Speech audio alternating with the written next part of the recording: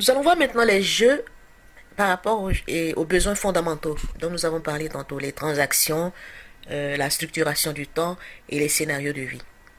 Donc, dans les transactions, pourquoi il y a des transactions, pourquoi il y a des jeux psychologiques, pourquoi il y a des processus de communication, les gens ont besoin de communiquer tout simplement parce que les gens ont besoin de signes de reconnaissance.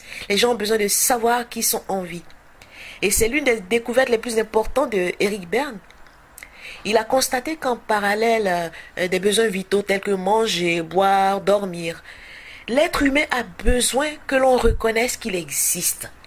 Il a besoin qu'on stimule ses sens. Il a besoin de se sentir aimé, qu'on fasse attention à lui, etc. Il a besoin de se sentir aimé, de se sentir vivre. Et c'est par rapport à son interaction avec les autres, les transactions de communication qu'il a avec les autres, c'est par rapport à tout cela qui se sent bien. Et si ce besoin de reconnaissance n'est pas pourvu, l'être humain devient fou, à la limite. Il se laisse mourir, il peut même se suicider, il peut chercher à se tuer. Parce que c'est un besoin tellement vital, le besoin de reconnaissance. Imaginez le malaise que vous avez souvent dû avoir, vous dites bonjour à quelqu'un, il ne vous regarde même pas, ou bien il vous regarde de bas en haut, il fait une mine, ça a dû vous mettre mal à l'aise. Ça, c'est des signes de reconnaissance non verbaux, comme on dit, parce qu'on a des signes verbaux où la personne s'exprime, il parle, mais il y a des signes où la personne ne parle pas, mais par son attitude, par l'expression de son visage, par sa manière de se tenir face à vous, vis-à-vis de vous, tout de suite, vous sentez mal à l'aise. Donc, les fois où vous avez salué quelqu'un qui ne vous a pas répondu, moi, ça fait très mal. Je me rappelle un jour, j'ai pris l'ascenseur, je monte dans l'ascenseur, je suis tellement enjoué, évidemment, parce que je suis très solaire. Ah, bonjour monsieur, comment allez-vous? Oh, la personne qui était dans l'ascenseur, je le vois qui se met dans un coin de l'ascenseur parce que je sais pas ce qu'il a pris. Il a dû avoir peur. Je sais pas s'il a pensé que j'allais l'agresser ou quoi. Vous voyez dans quel état de négativité les gens sont. Mais j'étais tellement étonnée, je dis mon Dieu, qu'est-ce qui se passe? Alors bon, je me suis calmée un peu, je me suis aussi mise dans mon coin jusqu'à ce que nous arrivions au rez-de-chaussée où chacun a pris son chemin. Alors ce genre d'incident vous donne un avant-goût du vide dans lequel on peut basculer en cas de manque de reconnaissance à votre égard de la part des autres. Et l'homme a besoin de reconnaissance constante de ses alter-ego. C'est très important pour lui, c'est très vital pour lui. Sans cela, c'est la catastrophe, c'est l'hécatombe. Et ces signes de reconnaissance dont nous avons besoin peuvent être positifs ou négatifs, verbaux ou non verbaux. Ils peuvent se faire sous forme de caresses ou de coups, de critiques ou de compliments, de soupirs ou de grimaces. Peu importe leur nature, du moment où ils nous apportent la preuve que nous sommes vivants, que nous sommes visibles, que nous existons aux yeux des autres, c'est suffisant. Par exemple, les enfants préfèrent être grondés plutôt que d'être ignorés. Et les adultes, quant à eux, ils préfèrent se disputer plutôt que de se sentir négligés. Souvent, beaucoup de querelles qui se passent dans les couples, c'est juste une manière de se faire reconnaître par l'autre.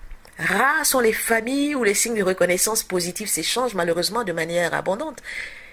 Évidemment, les gens ont besoin des signes de reconnaissance, mais les gens sont tellement pudiques, ils sont timides et ils n'osent pas dire aux autres qu'ils les aiment et les trouvent formidables. On a été tellement habitué à parler négativement, à être pessimiste, qu'on n'a même pas le courage de dire à l'autre en face de nous, ah, qu'est-ce que tu es beau, qu'est-ce que tu es belle, oh, qu'est-ce que... Voilà. Par contre, quand il s'agit de faire des critiques, des contre, des critiques qui frustrent les autres, des reproches aux autres, alors là, on a la langue bien déliée. Et ça, c'est dommage. La dernière fois, j'étais dans les transports en commun, j'allais faire une course et puis je vois une jeune fille, elle avait de ses yeux, oh là là, d'une limpidité pas possible. On dit souvent, on peut lire l'âme d'une personne à travers son regard, mais cette jeune fille, elle avait un regard tellement peau. J'ai pas pu résister. Je lui ai dit, mais mademoiselle, vous avez un regard sublime. Vous avez un regard, pur. Oh, elle était tellement gênée, la pauvre, elle a commencé à rougir. Je dis, non, vous n'avez pas besoin de rougir.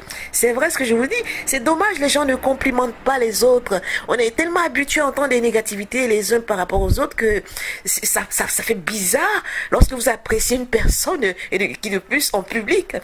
Alors j'étais tellement contente de lui faire ce compliment, tellement, rien qu'à la voir, je me sentais tellement bien. Elle avait un regard pur. Je dis, est-ce que vous fumez? Est-ce que vous buvez? Elle dit non. Je dis, très bien, ne fumez jamais, ne prenez jamais de l'alcool, parce que ce regard, il est tellement magnifique, vous risquez de le perdre.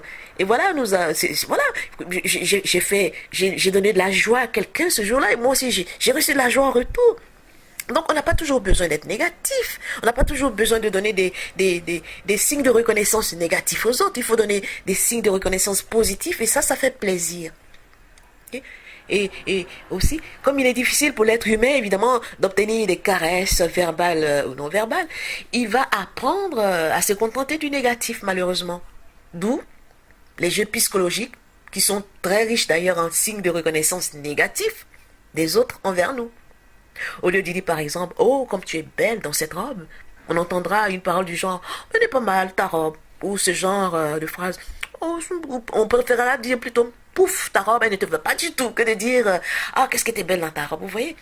On a tendance à donner des signes de reconnaissance négatifs au lieu de donner des signes de reconnaissance positifs. Il faut qu'on sorte de ces schémas, il faut qu'on sorte de ces sentiers battus. Et ça, nous avons hérité toutes ces choses de notre enfance, de notre société.